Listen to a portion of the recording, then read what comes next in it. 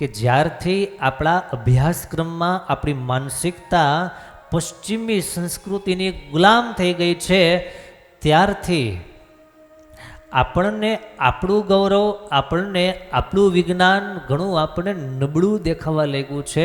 ઘણા લોકો એવું કહેવા લાગ્યા છે કે ભારત દેશ શું છે, એ સાધુ બાવાઓનો દેશ છે અને કાલ્પનિક કથાઓનો દેશ છે. ના, આજે એક વાત કાન ખોલીને સાંભળી લેવા જેવી છે કે વિશ્વમાં જે મહત્વની શોધ થઈ છે એની શોધ આપણા જ ઋષિઓએ, આપણા જ મહર્ષિઓએ કરી છે. શાસ્ત્રમાં નિર્દેશ છે.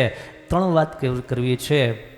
જોમાં ખ્યાલ આવતો હોય, થોડીક ખબર પડતી હોય, આખી વાત સાંભળજો.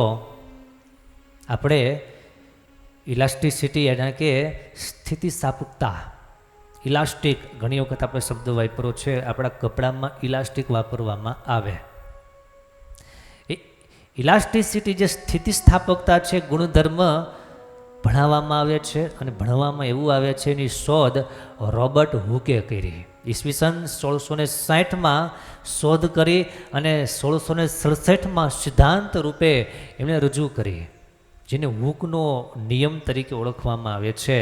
પણ હિન્દુઓને જાણકારી હોવી જોઈએ કે ખરેખર એની શોધ 10મી સદીમાં બંગાળમાં હુગલી જિલ્લામાં ભૂરિશ્રેષ્ઠ નામના એક રહેવાસી શ્રીધરાચાર્યએ ન્યાયકંદલીમાં 10મી શતાબ્દીમાં 10મી સેન્ચુરીમાં લખ્યું છે. સ્થિતિસ્થાપક એટલે પદાર્થ પર બાહ્ય બળ લાગવાથી આકાર બદલાય તો ફરીથી મૂળ સ્થિતિમાં આવવાની ક્ષમતા, એને કહેવાય છે સ્થિતિસ્થાપક. 10મી સદીમાં શ્રીધરાચાર્યએ ન્યાયકંદલી નામના ગ્રંથમાં આ સિદ્ધાંત આપેલો છે.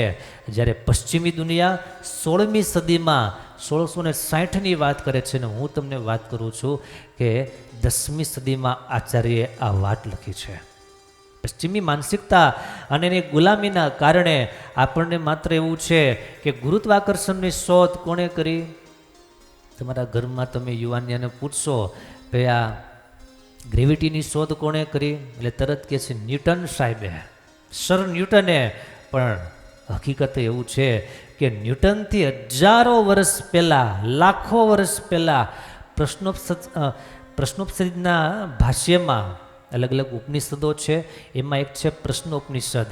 એ પ્રશ્નોપનિષદના ભાષ્યમાં આદિ શંકરાચાર્યજી લખે છે કે દેવતા તરીકે મૂર્તિમંત પૃથ્વી માનવામાં રહેતી આ જે પૃથ્વી છે અપાન એક મહત્વપૂર્ણ ઉર્જાને આકર્ષે છે અને એના પર નિયંત્રણ રાખે છે અને તેને સ્થિર રાખે છે. શંકરાચાર્ય લખે છે જો પૃથ્વીમાં આ ગુણ ન હોત તો માનવ શરીર એના વજનને કારણે કાં તો જમીન પર તૂટી પડત અથવા આકાશમાં મુક્તપણે વહી જાત. ગુરુત્વાકર્ષણની વાત આપણા પ્રશ્નોપનિષદમાં લખાયેલી છે અને પૃથ્વી ગુરુત્વાકર્ષણમ શબ્દનો ઉપયોગ કરનાર એ સૌ પ્રથમ સનાતની ઋષિ બ્રહ્મગુપ્તએ 628માં એમના ગ્રંથ બ્રહ્મસ્ફુટમાં ઉલ્લેખ કરેલો છે. ત્યારબાદ લગભગ 400 વર્ષ પછી ભાસ્કરાચાર્યએ એમના સિદ્ધાંત શિરોમણી ગ્રંથમાં ભુવનકોશ વિભાગમાં ગુલાધ્યાય પ્રકરણની અંદર 6ઠા શ્લોકમાં લખ્યું છે પૃથ્વી આકર્ષણની શક્તિ ધરાવે છે. એટલે આપણા ન્યૂટનભાઈ તો બહુ મોડા જીનમાં, ન્યૂટનજીએ જે વાત કરી એના પહેલાં તો હજારો વર્ષ પહેલાં આ દેશના ઋષિઓએ, સાધુ સંતોએ, મહાત્માઓએ આ તમામ સિદ્ધાંતોની વાત એના શાસ્ત્રોમાં લખી રાખી છે. અને આ શક્તિના બળ પર એ ભારે વસ્તુઓને પોતાની તરફ ખેંચે છે અને આ જ કારણસર વસ્તુઓ જમીન પર પડે છે. આપણને સ્કૂલમાં ભણાવવામાં એવું આવ્યું, ઈસવીસન 1543માં પોલિશ વૈજ્ઞાનિક કોપરનિક્સ એને સૌ પ્રથમ શોધ કરી કે સૂર્ય બ્રહ્માંડનું કેન્દ્ર છે અને પૃથ્વી સૂર્યની આસપાસ ફરે છે, એવું આપણને સ્કૂલવાળાએ ભણાવ્યું છે. આધુનિક વિજ્ઞાન એને બહુ મોટી ક્રાંતિકારી ઐતિહાસિક શોધ ગણાવે છે, કારણ કે એ પહેલાં પશ્ચિમી વિશ્વ બાઇબલના શિક્ષણનું પાલન કરી અને માનતું હતું કે પૃથ્વી સપાટ છે. અને એવું લોકો માનતા હતા કે સૂર્ય પૃથ્વીની આસપાસ ફરે છે, પણ હજારો વર્ષ પહેલાં વિષ્ણુ પુરાણના બીજા ભાગના 8મા અધ્યાયના 15મા શ્લોકમાં લખ્યું છે કે સત્ય એ છે કે સૂર્ય ન તો ઉગે છે ન તો અસ્ત થાય છે, તે એક જ જગ્યાએ સ્થિર રહે છે. વિષ્ણુ પુરાણમાં આ વાત હજારો વર્ષ પહેલાં લખાયેલી છે. આવા કેટલા બધા મુદ્દાઓ તમને કહી શકું. પ્રાચીન યજુર્વેદમાં આરણ્યક વિભાગમાં 8મા અનુવાકમાં 3જા વિભાગમાં કહેવામાં આવ્યું છે કે સૂર્ય એના કિરણોની મદદથી પૃથ્વીને બધી બાજુએથી બંધાયેલ રાખે છે. ચુંબકને પણ આ જ વાત લાગુ પડે છે. સામાન્ય રીતે એવું માનવામાં આવે છે કે ચુંબકની શોધ અંગ્રેજી વૈજ્ઞાનિક વિલિયમ ગિલબર્ટે ઈસવીસન 1600માં કરી છે.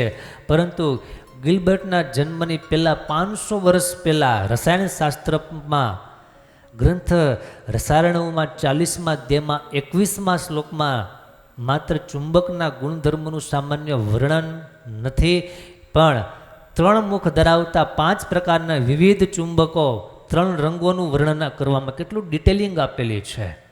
આપણે ખાલી ચુંબક જ સમજીએ છીએ, પણ 5 પ્રકારના ચુંબક છે, 3 પ્રકારના રંગ છે. આવા અસંખ્ય ઉદાહરણો આપણા વિદ્વાનોને આભારી છે. પશ્ચિમી વૈજ્ઞાનિકોએ જે શોધ કરી છે એને વંદન કરીએ છીએ, પણ યાદ રાખીએ કે એ બધું જ્ઞાન ક્યાંક ને ક્યાંક આપણી સંસ્કૃતિ એને વરેલું છે. આપણા ઋષિ મહર્ષિઓએ હજારો ને લાખો વર્ષ પહેલાં આ બધી વાતો શાસ્ત્રોમાં લખેલી છે, અને એ બધી કાળક્રમે કરીને થોડીક આપણાથી દૂર થઈ અને આપણે પશ્ચિમીથી નજીક થયા માટે આપણને એ શ્રેષ્ઠ અને આપણું કનિષ્ઠ લાગવા લાગ્યું છે. પણ હવે સમય આવ્યો છે સત્યને ઉજાગર કરવાનો. હવે સમય આવ્યો છે આપણું ગૌરવ આપણે સમજવાનું અને સ્વીકારવાનો. આપણે આંખે પાટા બાંધી અને માત્ર પશ્ચિમી સંસ્કૃતિમાં દોટ નથી દેવી. આપણું વિજ્ઞાન, આપણું પરાવિજ્ઞાન ઘણું ઊંડું છે, ઘણી શિખર એને સર કરેલા છે, ઊંચાઈ એટલી છે, ઊંડાઈ એટલી છે. માટે એને પણ થોડું સ્થાન આપીએ, એનું પણ મહાત્મ્ય સમજીએ.